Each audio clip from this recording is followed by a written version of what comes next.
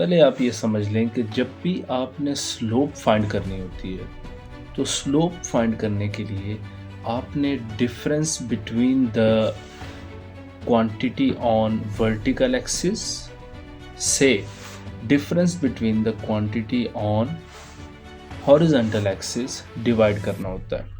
यानी कि for example आपके पास स्पीड टाइम ग्राफ है, तो आप क्या करेंगे, change in speed divided by change in time करेंगे तो आपके पास स्लोप आ जाएगी।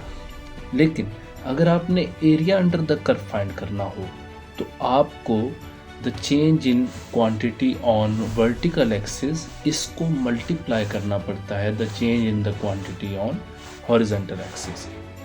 तो ये डिफरेंस है बेसिकली आपके पास स्लोप और एरिया अंडर द कर्व के दरमियान।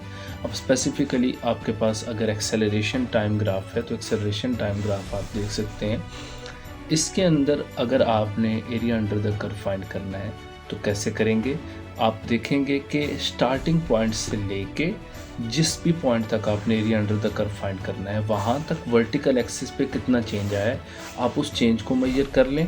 आप वो जो पॉइंट है, वो जो नंबर है, आप उसको मेजर कर लें जो चेंज इन एक्सेलरेशन है।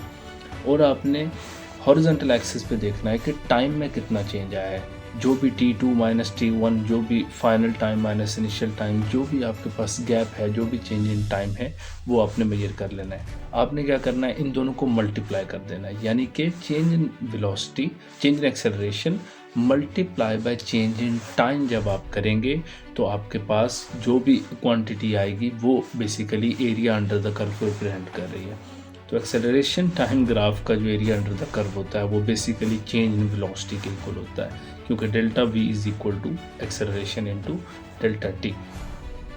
इसके बाद आप अगर area under the curve find करना चाहें वेलोसिटी टाइम ग्राफ से तो आप कैसे करेंगे, change in velocity multiply by जो भी आपके पास टाइम लैप्स है, टाइम गैप है, इनको मल्टीप्लाई करेंगे तो आपके पास जो क्वांटिटी रिजल्टेंट आएगी वो आपके पास चेंज इन पोजीशन होगी या फिर डिस्प्लेसमेंट होगी। तो ये एरिया अंडर द कर्व का कंसेप्ट है और इस तरह से आप फाइंड कर सकते हैं।